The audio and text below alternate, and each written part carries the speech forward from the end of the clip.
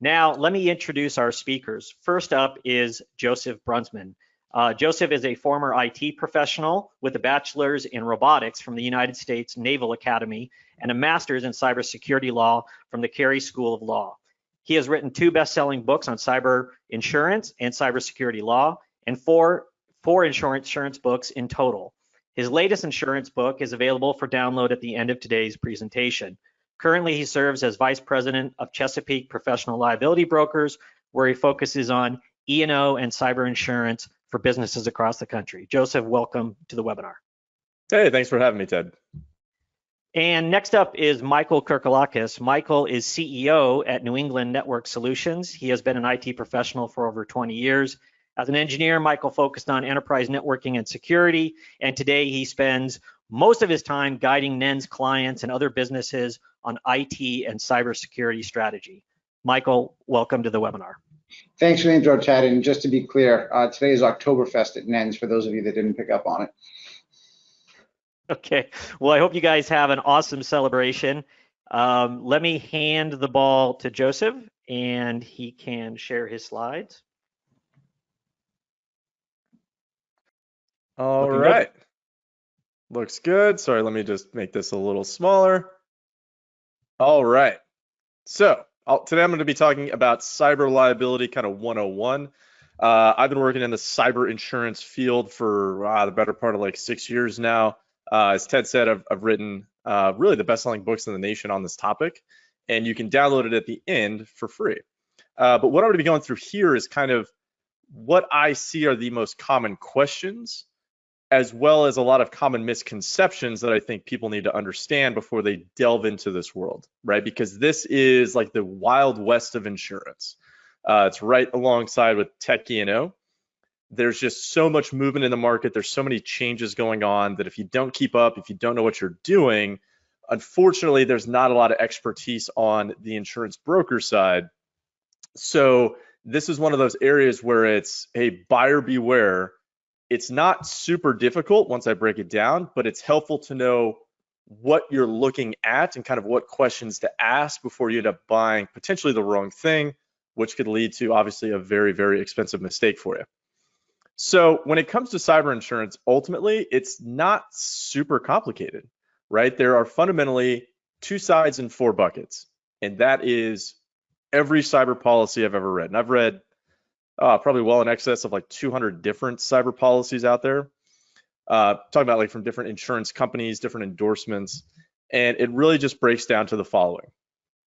Third-party coverage, right? That's your clients, your vendors, some other party. It could be a regulator. That's somebody wants money from your business. First-party coverage, that's going to be you, all right? So that's after some type of cyber event, money your business would either need to pay as a legal requirement in some circumstances, or it could be money that you're going to be out anyways, so you're going to hope that you have insurance to cover that particular loss. All right, for anybody who wants some insurance trivia out there, second party is actually the insurance company. So now you can go impress all of your insurance friends at your next barbecue or Oktoberfest, whatever the case may be. So now what might actually be covered? And this is something where you need to be careful because like I said before, there's not a lot of expertise in this area on the insurance side yet. It's just too new. So we're going to go into what might be covered, right? And here's my bucket system that I talked about before. On the first party side, there are fundamentally 4 buckets, and all of the coverages will fit into these 4 buckets. All right, so that's going to be coverage for a data breach, some type of ransomware event, loss of funds, and then miscellaneous but situationally important. All right, so let's just go ahead and kind of jump on through those. Now, for a data breach, and this is something where when you guys get those quotes, you can just do a quick Control F, and you can search for these kind of operative terms that should be inside of your policy. So things like an attorney, forensics, hacker damage, notifications, credit monitoring, business interruption, regulatory fines and penalties, that type of coverage. All right, and while we're here, it's worth just kind of quickly noting, dealing with some type of data breach or a cyber event at your organization, that's not really something you just want to do on your own. That's a very specialized skill set. And one common misconception that a lot of business owners have, which is one of the reasons I put up my book for free, is that the breach notification law that applies, right, it has nothing to do with where your business is located. That's effectively irrelevant, right?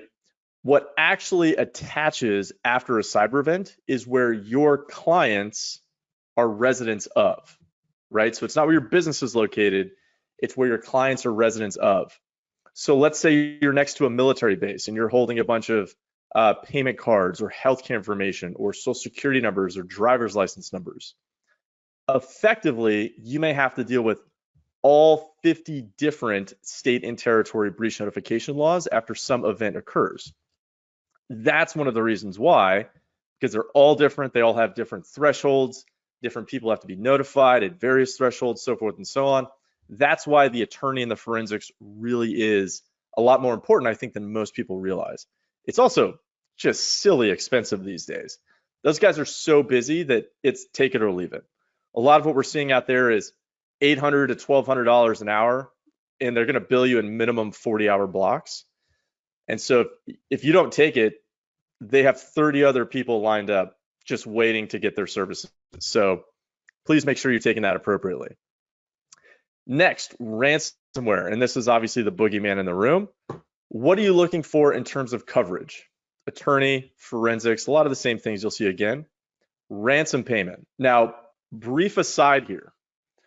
I view cyber insurance as when defense in depth has failed, right? So like you wouldn't just buy health insurance and then eat yourself into a diabetic coma because you're like, hey, at the end of the day, I have health insurance. Not a good life strategy. Likewise, too much reliance is being placed on cyber insurance instead of actually putting those appropriate controls in place. And I know Michael, he's definitely going to be talking about that later. When it comes to the ransom payment, there is a chance that it's actually illegal for you to pay that ransom. All right, so and it's purely happenstance. Nobody knows what strain of ransomware you're going to get hit with. So if you don't have an appropriate 3-2-1 backup strategy, you don't have those off-site, off-network backups, you could effectively just be left with nothing because there's something called an OFAC sanctions list. And a lot of state sponsors of terrorism are using ransomware to fund various organizations, right? Like North Korea, for example, is doing it. So if just by happenstance, you get wrapped up into that particular event, literally the United States government's going to say, hey, it's illegal to pay the ransom. And if you don't have the backups, you don't have the appropriate strategies in place, you're either going to be down for a serious amount of time, or you're just going to go bankrupt and you're going to turn the lights off because there's nothing to back up to. So please don't fall into that trap. Next, hacker damage. If they destroy something, business interruption, reimbursement costs. Make sure you check out the waiting period and something called the period of indemnification there. And then situationally, notifications, credit monitoring, regulatory fines and penalties. Why do I say that? Well, in some circumstances, we forensically can't 100% determine, or I should say beyond a reasonable doubt, that no information was actually stolen, right? So in that case, it's now you're going to be notifying all of your clients, and obviously that's going to be an issue we'll talk about here in a second. Also, people think of ransomware as just encrypting files, right? But that's not true. So it's not just encrypting files. You could have attack loops. You could have something called the double extortion event, where they steal a bunch of your confidential information or your client's information. Then they hit you with ransomware. You pay the ransom, and then they go, hey, by the way, now you have to pay us again, or we're going to release all this information online. All right. Or you could have triple extortion events and talk about liability here. And once again, this is why I'm a huge fan of defense in depth first. Not only can they hit you with a ransom the first time to unlock your files, then to return the files, we're also seeing now triple extortion events where they're actually going after the business's clients. All right. And that's just, I mean, talk about a quick way to lose a client. That's going to be the way to do it, hands down. So you don't want to be in that position. All right, moving on here, loss of funds. And this is where it kind of goes off the rails. So the first two are fairly standardized in the industry. There's some fluctuations there. This is where it really gets interesting, and you have to be very careful. So these terms right here, cybercrime, wire fraud, push payment fraud, reverse social engineering, social engineering fraud, what do those actually mean? I have no idea. It just entirely depends on the policy. So you can have two different policies. They say the exact same verbiage on the declarations page. So you could go, hey, do I have coverage for some type of social engineering? You look at the declarations page and it's like, yeah, of course you do. It says so right here. But then when you actually read the definition, it may not be exactly what you think it means. It could be either, hey, someone at your business gets tricked into wiring money to a bad guy, which is probably what you're looking for. Or it could be something to the effect of, a bad guy gets into your computer system, tricks your bank into wiring your business funds. Now, there's a whole bunch of like red flag laws that would apply. The bank's probably going to be on the hook for most or all of that money. So effectively, something that looks very useful to you could be effectively meaningless. So you need to make sure that you're paying attention to what the actual definitions are. And PS, most states, there's no legal requirement for the insurance guy to explain any of this, nor even understand what he's selling you, nor even have read what he's selling you, right? So you gotta be careful here, okay? Please be careful. In addition, we're also seeing a bunch of rules that are gonna apply, and we'll chat about that a little bit later. And then finally, what we're gonna see is miscellaneous but situationally important. Okay, so things like cryptojacking, bricking, business failure, dependent business interruption, dependent system failure, all these types of things. Are these important to your firm or not? It just depends. It depends on your network architecture, it depends on your risk tolerance, it depends on your internal controls.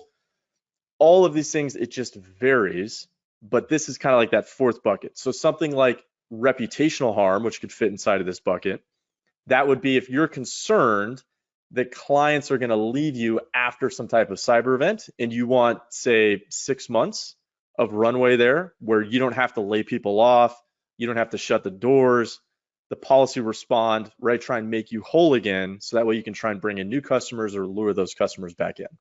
All right, so situationally, it could be very, very important for you.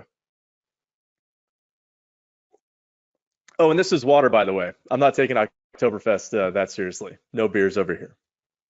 So let's look at some of the cyber trends that I'm currently seeing.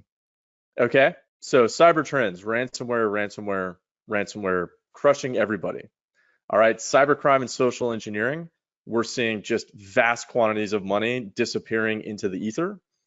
So please just, cybercrime and social engineering, that loss of funds I was talking about, there's only so many technical controls that you can put in place there. And I would say that you need to put those in place, but you also just need to have kind of common sense apply, right? Very little has to be done right now. Very rarely do I ever come across a circumstance where someone goes, well, if I didn't wire that $1 million in the next 5 minutes, then the world was going to explode. All right, so just take a little bit of time there. And for reference, last year alone, I worked on at least 2 breaches a week. So this is all coming from not just reading white papers and researching the market. This is real world experience, unfortunately. Supply chain attacks becoming more common. And of course, no business is immune. So we had this whole idea of security by obscurity. Hey, why would somebody come after me? I'm just a small guy in the middle of whatever. That's gone, right? So your IP address looks like everybody else's IP address. Nobody cares. If they can get money out of you, they're going to get money out of you. All right. And we're also just seeing, unfortunately on my end, what I'm seeing is just an egregious lack of just fundamental cybersecurity controls. All right. So take it from the guy. I make no money if you implement these controls or not. But what I will say is, somebody like me for cyber insurance, you only want to talk to me once a year, right? And that's when I'm taking your money, right? That's best case scenario. If you call me more than once a year and we're talking about cyber, that means you're probably having a very, very bad day. And at the end of the day, like, yes, there are specific businesses where you have to have everything in the kitchen sink. But in many regards, a lot of these fundamental cybersecurity controls, like EDRs and DLPs and that kind of stuff, you don't have to outrun the bear, you just have to outrun the other guy, right? So you need to continuously be thinking, how do I outrun the other guy, right? I don't want to be the kitten in a forest, I want to be the armadillo walking around. And cyber insurance is... Hey, Joseph, could I just interject in a quick question? Sure. Supply chain attacks, can you explain what that is for the audience? Yeah, so we're seeing them where various vendors that a business would use, bad guys will go to that vendor and then use that as a jumping off point. So like a bridge attack. We'll also see some people confuse this with like physical supply chain attacks, like attacking JBS for the meat supply or attacking Colonial Pipeline for the fuel. A separate thing. But effectively, it's just very, very difficult to defend against because you kind of just have to trust that, say, like your antivirus provider, to give you a crazy example, you have to trust that they're not updating their software with some type of malware that's going on out there. And I think the recent statistic was something like the average business is now using 88 software as a service provider. So there's just so much potential that something could go sideways there that you really just have to be careful. Got it. And I guess the big one was the SolarWinds. The big one that made news last year, or this year rather, was the SolarWinds attack, correct? Precisely, yes. You had SolarWinds, you had Kaseya VSA was another one, you had Microsoft Exchange Server. I mean, they're just constantly kind of coming after everybody at this point. And some industries, you're going to have a really difficult time getting any cyber insurance whatsoever, right? And that's by most of the major insurers. You may pull something off with one of kind of the bit players. Their financial solvency could be an issue for you depending upon how much insurance you need and what their financial status is. So you got to be careful with that. Who's having these issues? We're seeing small to medium-sized businesses that have large record counts. So that could be like those small to mid-sized medical practices that have a lot of PHI. I'm not so much worried about HIPAA. That's kind of just the starting point. If you're in that field, you really have to go above and beyond that, because increasingly we're just seeing cyber insurance companies, right? We'll submit applications and they go, yeah, we don't even do these guys anymore, right? Or they'll take a 30-second look at it and I'm on the phone with the underwriter, and then they'll laugh and they go, yeah, we're not going to be able to help you here. All right, so please take that carefully. And then of course, manufacturers, I mean, we're talking limit losses when something happens. The reason why is because there's so much overhead, and even though the margins may be small, generally there's a lot of big dollar figures running around. So those are instances where, manufacturer could get hit and it's a $5 million loss just overnight, right? Plus there's a bunch of legacy systems involved, kind of a lack of cybersecurity awareness in there, maybe some funding issues, whatever the case may be, because of the economy. So they're having a rough time. And then municipalities, they got a lot of information. They have to function, right? It's a necessary function in modern society, but they just don't have a lot of money. And so what I tell municipalities is just get ready. You're going to have to find a way to increase cybersecurity, or you're just not even going to have any insurance whatsoever.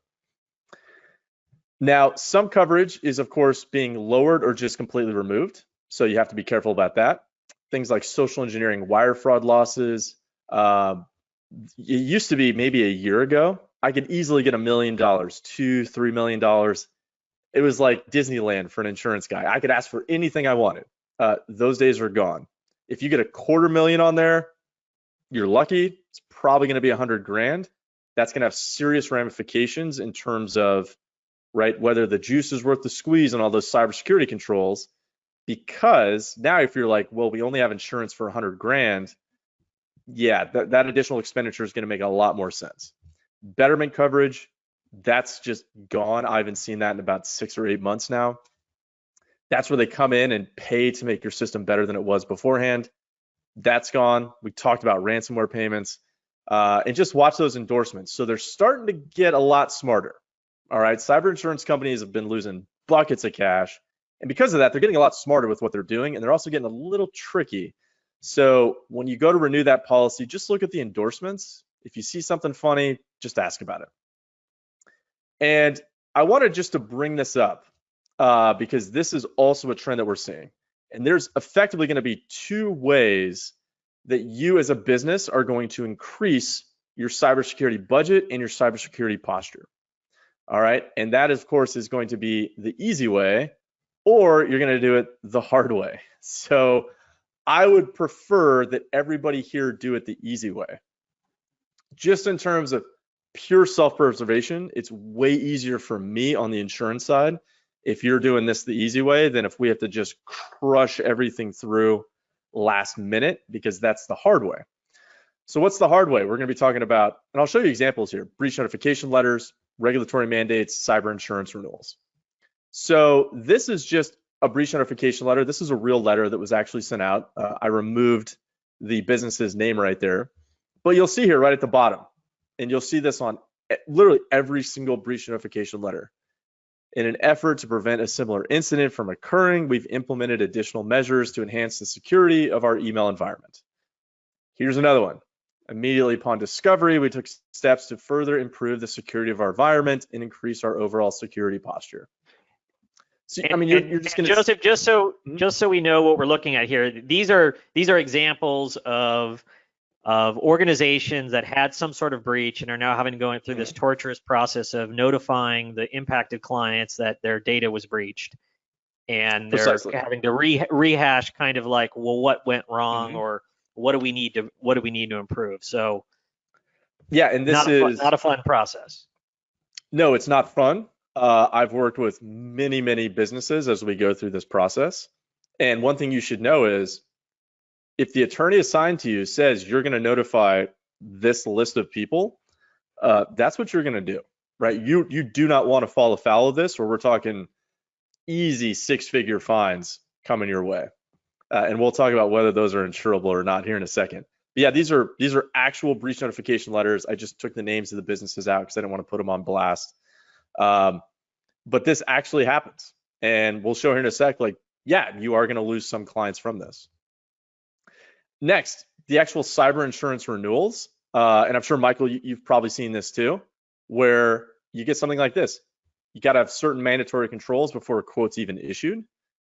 We're going to see, hey, what have you done to mitigate a similar event in the future? So maybe you get away with it once, maybe. It used to be you could get away with it like 2, 3, 4 times, you were fine. Those days are over.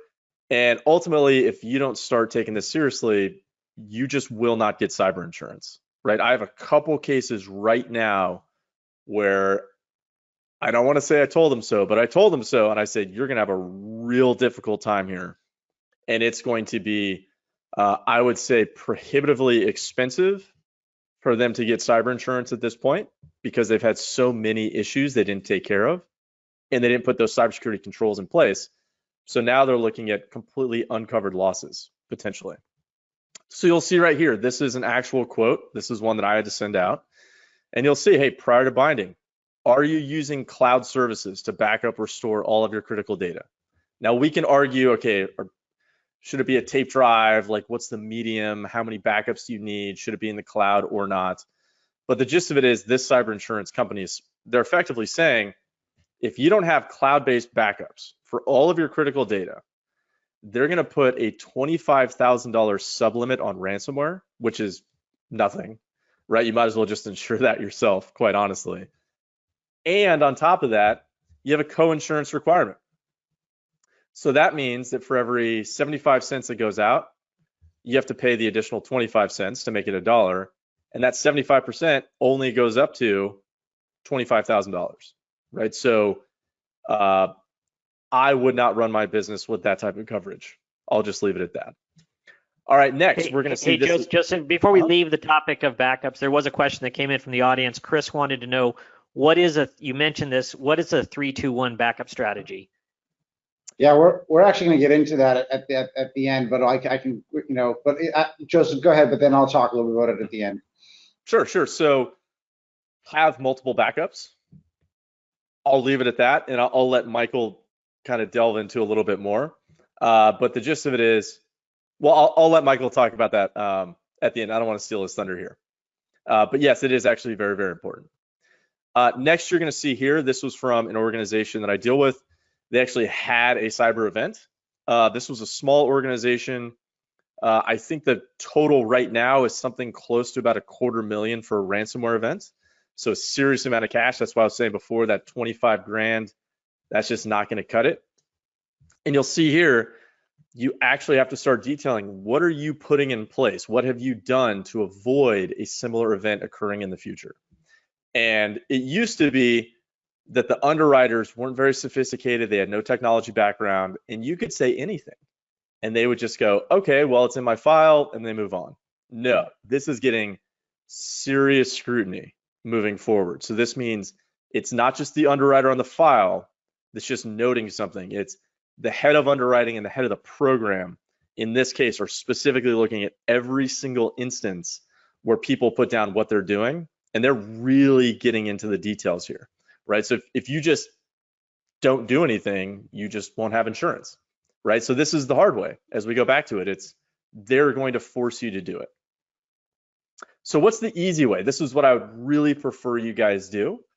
It's voluntary, right?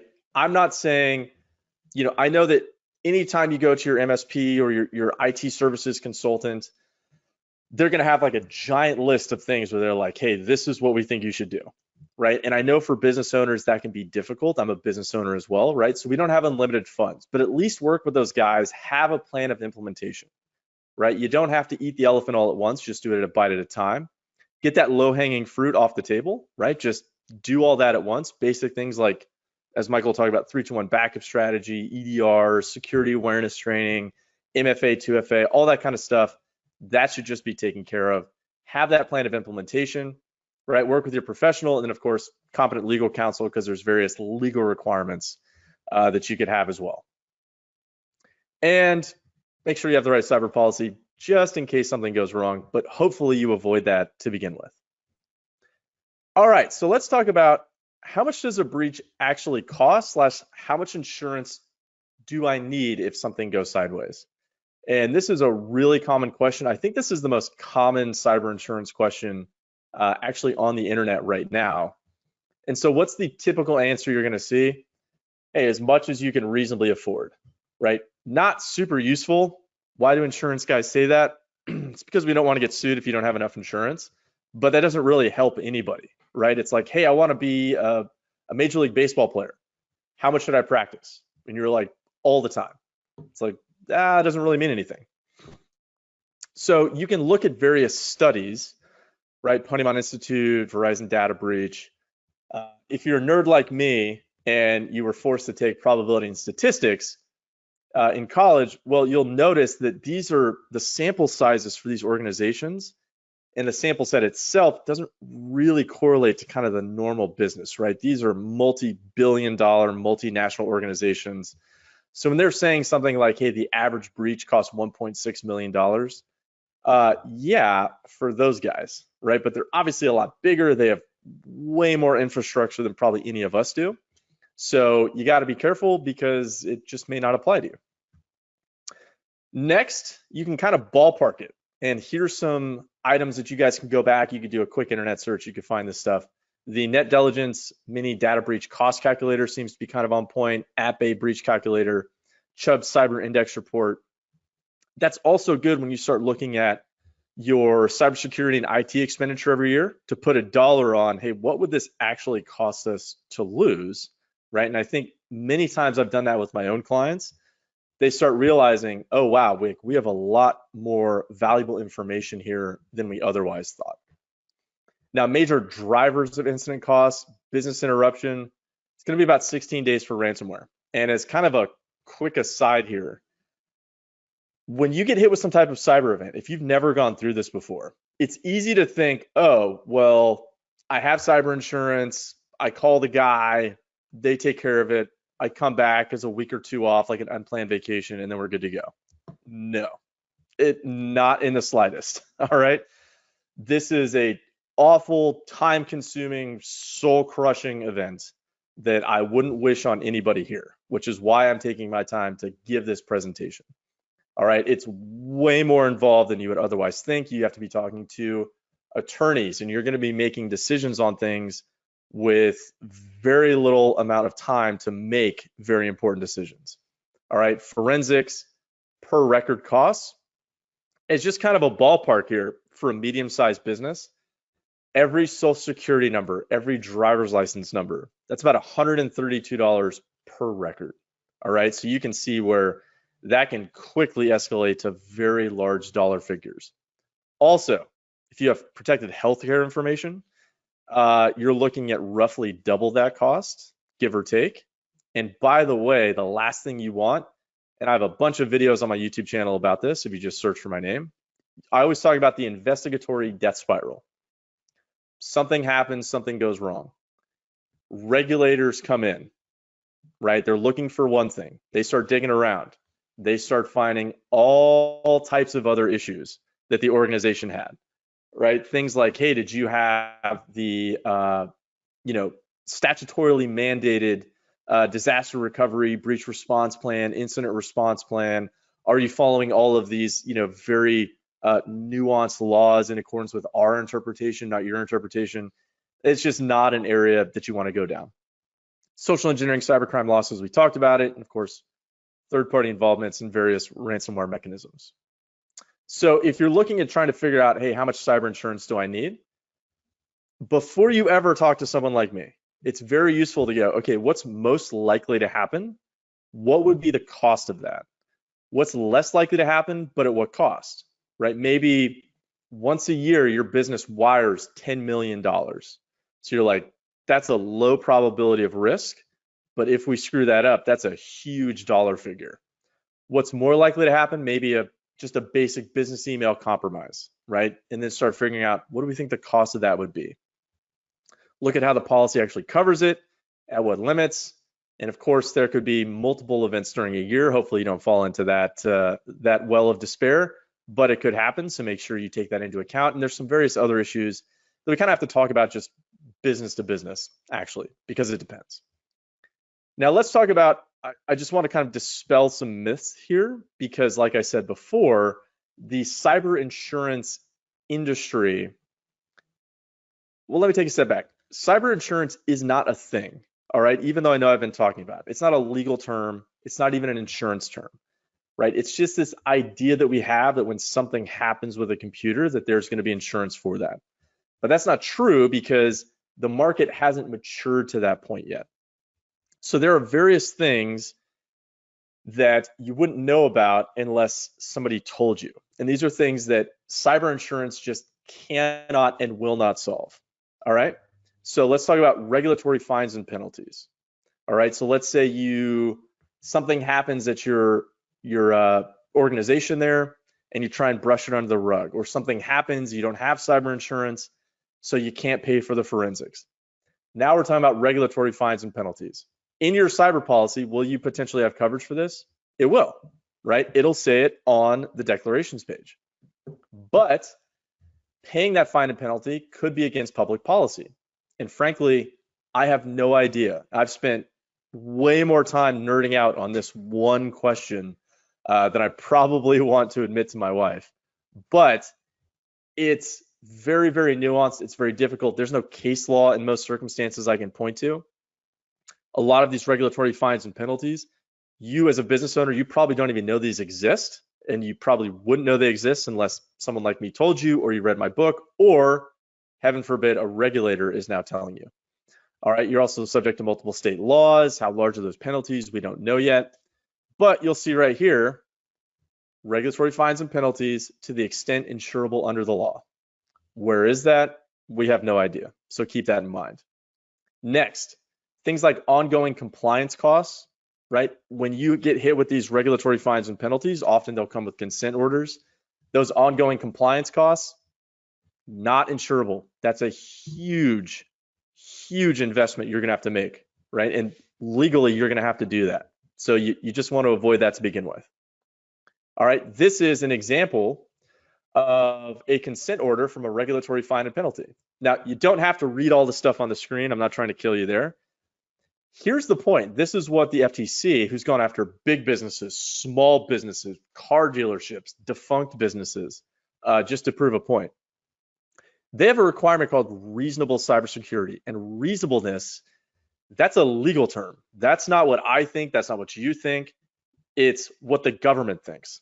So the best way to explain that, because a lot of states have these same laws, is if you're at the wrong end of a very long table and they're going down, let's say like ISO or NIST CSF line by line, now you have to validate why you did or did not spend money and implement those specific controls. That's going to be bad because this is what NIST, I'm sorry, at the FTC thinks reasonable cybersecurity controls are. And we'll just go down the list. And by the way, that's a 20-year consent order. You have to do this for the next 20 years. And these consent orders, they don't just attach to the business, so you can't just declare bankruptcy and start all over. They also attach to the individuals who are involved with this event. All right, so there's really no way of getting out of this. That's a huge monetary cost. Not only just because of the tools involved, but also because you have to have all of these assessments and third-party people come in and attest to this work to make sure it's legit. When they know that the Federal Trade Commission, the self-proclaimed nation's premier cyber cop, is going to be looking over their work, you best be sure they'll probably charge you triple because they're going to have somebody come in and double check their work. All right, long-term damage to your brand identity, that's one thing. It's just very hard to measure, right? The last thing you want is someone does a search for your business to try and come on in or see where you are or what you have for sale online. The first search may be, hey, this is where your business is located, and the second is going to be data breach, right, or ransomware event. It just drives people away. Speaking of driving people away, you can see right here on the screen in front of you, yes, you will lose some percentage of clients after an event. All right, what we can't measure is, let's say you had an issue with that client before the event, right?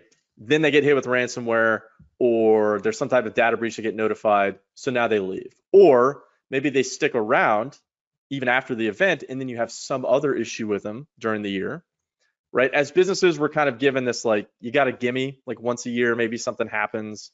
We're all human, it's okay. When you have 2 events in a year, now you're just going to annoy your clients. They could leave. We can't even measure that, and there's no way to insure for it. All right, you're going to miss out on contracts.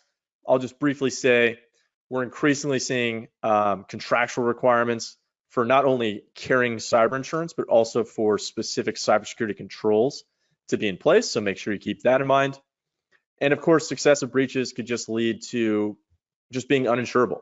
All right, so keep that in mind. The cyber insurance industry, contrary to popular belief, they're losing buckets of money, right? In many instances, for every dollar that comes in the door to a cyber insurance company, they're paying $2 out on average. All right, so that's really no way to run a business. The only reason that we've been able to get away with it for so long is because there's so much venture capital money pouring into the market. Once that dries up, and it's happening already, you're going to see they're really going to start cracking down. And what I've talked about is just only the beginning, right? It's only going to be the beginning. All right, with that, I wanted to make sure I had enough time for Michael to hop on in because I know he's going to be talking about 3-2-1 backup strategy. I didn't want to steal his fire there. This is where you can go to download a free copy of my book if you're interested. It is about 500 pages long. So unless you need help going to sleep at night, I wouldn't recommend you read it cover to cover. But just hop in the table of contents, find the industry that you're in, and just start kind of poking around, right? A lot of those common questions we're going to see, it's going to be inside of this book, and that can definitely help you out. All right, with that, Michael, I will turn it back over to you. Thanks, Joe. Happy to help. All right, and just as a reminder to everybody, we will have time for formal Q&A, and so please drop your questions in the Q&A log. Michael, do you have control? I have control, and I'm about to share my screen. All right. All right, let's just do a quick check. Can everybody see that? Looks good. Yep. All right. Again, Joe, thanks a lot for all of that, and really great segue in here. You know, as Joe pointed out, if you don't put controls in place, you will be denied coverage. I'll be covering a few of the controls today, Since I can't cover everything, we will have some time at the end to try to answer some questions, but in the event that we can't get to those either, if you have posted a question, I will send an email, I'll follow up with an email and make sure that I answer the question to the best of my ability. We should really start off with talking about that not everything about putting these controls in place in security is complex or hard, right? There are some simple things that you can do. We've broken them down into must-have security minimum standards, and then we have some more enhanced and advanced standards that I'll cover as well. So here are the standards that we came up with at NENS. Now, I should also note that we've done really in-depth webinars about all this stuff. There's a YouTube channel that NENS has where you can look at all the past webinars that we've done, and I can send that with a follow-up email. But jumping into these, I'll quickly touch upon them, and then I want to talk about some ones that are pretty specific. Email security. People are very, very familiar with what that is. Making sure emails get scanned from viruses and maybe even some things that look like they're trying to steal your money, right? There's attaching links in there, doing like link spoof protection. Next gen firewalls, antivirus. Antivirus really is a thing of the past. The new term you're going to hear now is endpoint detection and response. We're going to jump into that.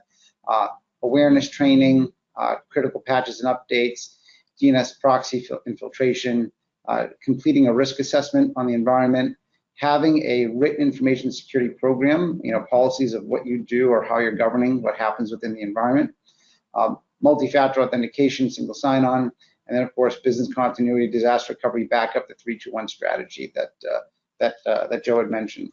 So the things we're going to jump into in the next couple of slides are going to be endpoint detection response, security awareness training, multi-factor authentication, and business backup. What the partner that we have here for business backup has been Datto for many years. I'm going to talk about why in that 3-2-1 strategy having a partner like Datto is so critical. So first thing here, endpoint detection and response. As I mentioned, antivirus is a thing of the past, or at least it should be. Unfortunately, there are many organizations that are still running signature-based AV. What you really want to be running today is a endpoint detection response system that uses artificial intelligence and machine learning and offers things that you see here. Having not only the technology, but having humans behind the technology that if they see something happening, that they're looking at it, they're alerting you, and they're working with you directly as the customer or with us as your MSP and the customer to ensure that we're mitigating the risks and the damage as quickly as possible. They have things that are called immediate quarantine and kill function. What that means is once they see something, what's happened in the past with old antivirus solutions is that machine will continue to stay on the network and continue to infect everything that's on the network. What these new technologies do is they quarantine that machine and they don't allow it to communicate with anything else in the network, so it's not able to infect other things, so it locks it down. Again, back to that network isolation. Visibility is really important. Visibility gives us the opportunity to take a look and see exactly how that threat happened, right? Where did it come from? Did it come from something you clicked on? Did it come from an email? Once you clicked on it, what did it attack? What rights were elevated? What did it try to exfiltrate data? So we have total visibility as to exactly what happened, and that's within minutes, right? As opposed to Joe talked about doing forensics, right? I'm not saying forensics aren't going to be required in any particular situation, but here what we're doing, as opposed to having to hire somebody to do all this work, the visibility you get with this type of technology is pretty amazing. And then rollback remediation.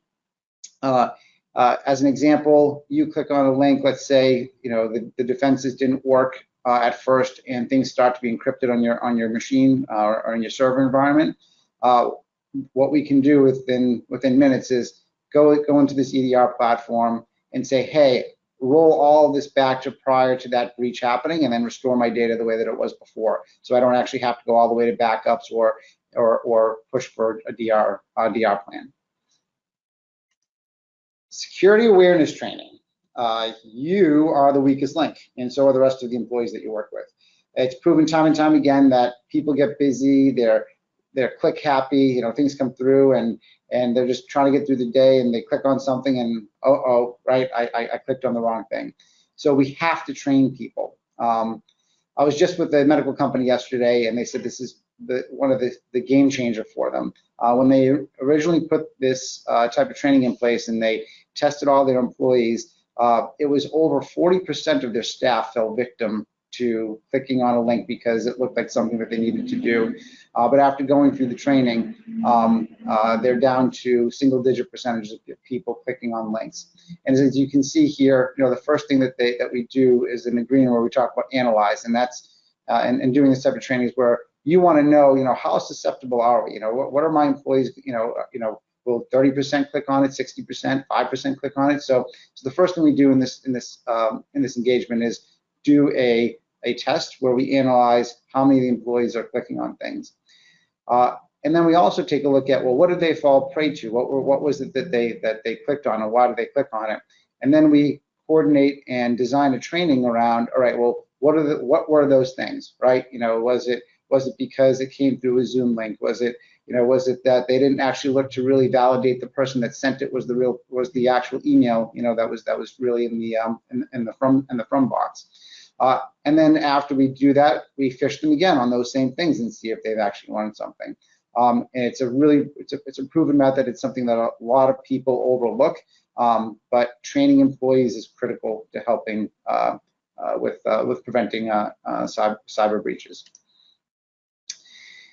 Multi-factor authentication. This is a really great slide because some of the misconceptions of multi-factor authentication and single sign-on is that it's difficult, right, or that it slows people down. And I want to show you how simple this is. As you can see on the left-hand side, you're going to enter your username and password just like you would, logging on to any of the, I think Joe said something like 88 average SaaS-based applications that organizations use today. If your username and password is out there, if you happen to get phished, as soon as that person has it, they can log into any of the systems and then gain access to all the, PHI, health information, PII, maybe your intellectual property. So what we want to do is create a way that says, hey, I know you know your username and password, but I also want to use a second form of validation and make sure that it's you.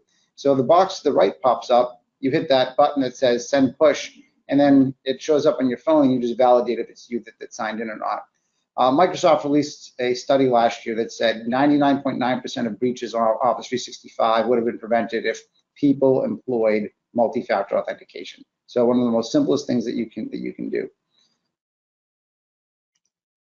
Now let's get into the last line of defense. Data's been a great partner for us, and we've been utilizing them well before these types of breaches were mainstream and in the media, right? And the reason why utilizing a product like a Datto versus maybe a different type of just on-site disaster recovery and backup solution is because Datto is what's considered off-network. And what that means is that if our end customer was to get breached, this Datto device is, although it's backing stuff up on your network, the hackers can't see it. They can't reach it. They don't have access to it.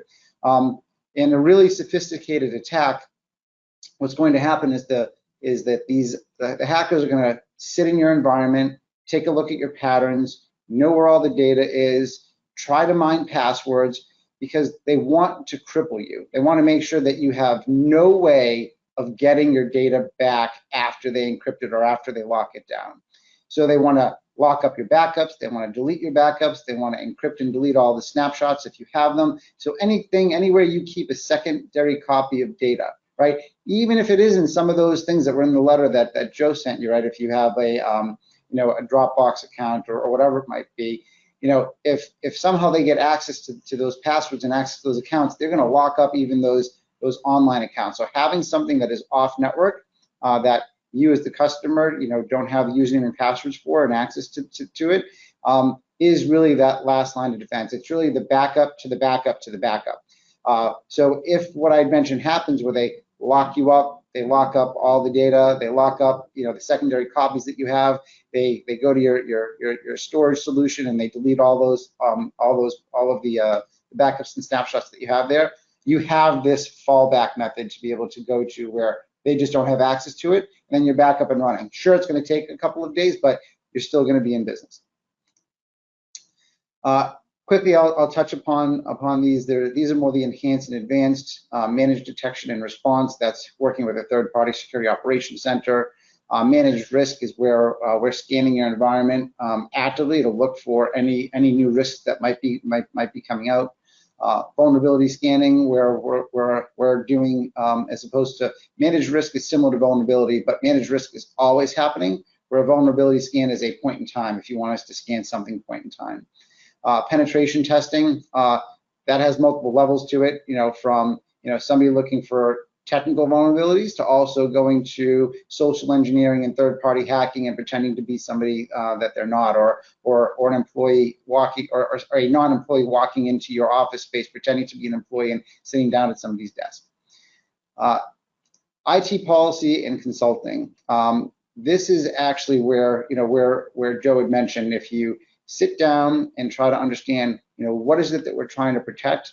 A good way and a good framework for that is to sit down and do something like this, where you understand how are we utilizing technology, what are the policies that govern how we're utilizing technology, and then after you understand what those things are, then figuring out, okay, well, which ones are critical and which ones do we want to attack first and which ones can we push off. But if you get a couple things out of this, I would say looking at IT policies and understanding exactly where they come into play to figure out where you want to tackle things first is a great way to start.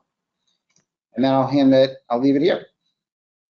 Okay, all right. Well, great job talking about some of the fundamental cybersecurity controls that companies of all sizes need, but also are being scrutinized by the insurance carriers and people doing the underwriting of these policies, that you need these fundamental things that Michael just reviewed.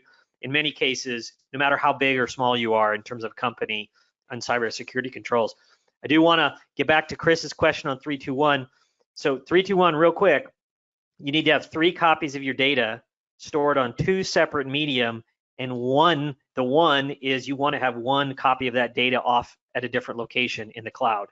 And to Michael's point about Datto, that's one of the things the Datto solution does, is it not only backs it up in a disparate location that's segmented, like Michael said, on site, but then that appliance will then send that data to the cloud, where that's, again, kind of like your last line of defense. And I think just to loop it back to something that Joseph mentioned earlier, one of the biggest costs when people have a data breach is business interruption. It's literally the inability of the trucks to roll. It's the inability for the salespeople to do their jobs. It's the inability to book revenue. Like, literally, lights are off. That's where you lose massive amounts of money and lose massive amounts of a huge impact to your reputation. And one of the cool things that NENS is able to provide their clients with the Datto solution is, because that data is up in the cloud, you're actually able to get certain business operations back up and running when and if a breach does occur. So that's really one of the cool things. You want that 1 in the 321 because you're going to be running, you can run certain critical infrastructure in the cloud if there is a ransomware infection that's impacted your on-site location. We have a couple more minutes for questions. Quickly, if you have a burning question, get them into the Q&A log. But let's tackle another one from Chris. He asks, what if a small vendor is hosting our data? How does that factor into our insurance and the insurance that they have?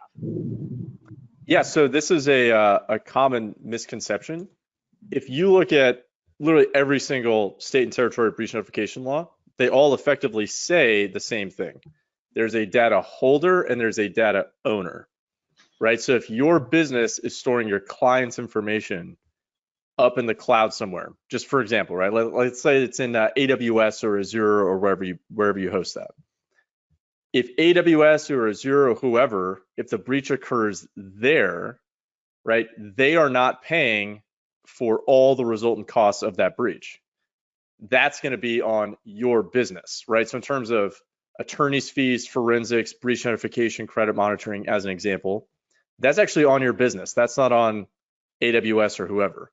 Now, that may seem unfair, and you can blame California if you really want to, because they're the ones that thought up of this, but it actually makes sense, because if it was on, let's say, AWS for every breach that occurred on their system, that system would either be prohibitively expensive or it just wouldn't exist to begin with. right? So they're trying to spread the risk out to as many parties as possible. So it's actually just kind of a fundamental insurance term called risk transference is actually what occurs there. So that's really where, I tell small businesses, cybersecurity is getting so complex that honestly, you can't really just like have a guy that does it anymore inside of your business. Like it's just, there's just too much going on. There's too many facets to this problem. And that's why when, kind of my more traditional clients, they call me and they go, hey, where can I find a quote unquote IT guy, right? My other guy's is retiring or he got poached and he's going to somewhere else. And I just tell them like, you got to go get an MSP because it's too complex. The risks are too high. And, something that, I'm saying this like as a former IT guy myself, right? There were things that we did when I was in IT that we did like once a year.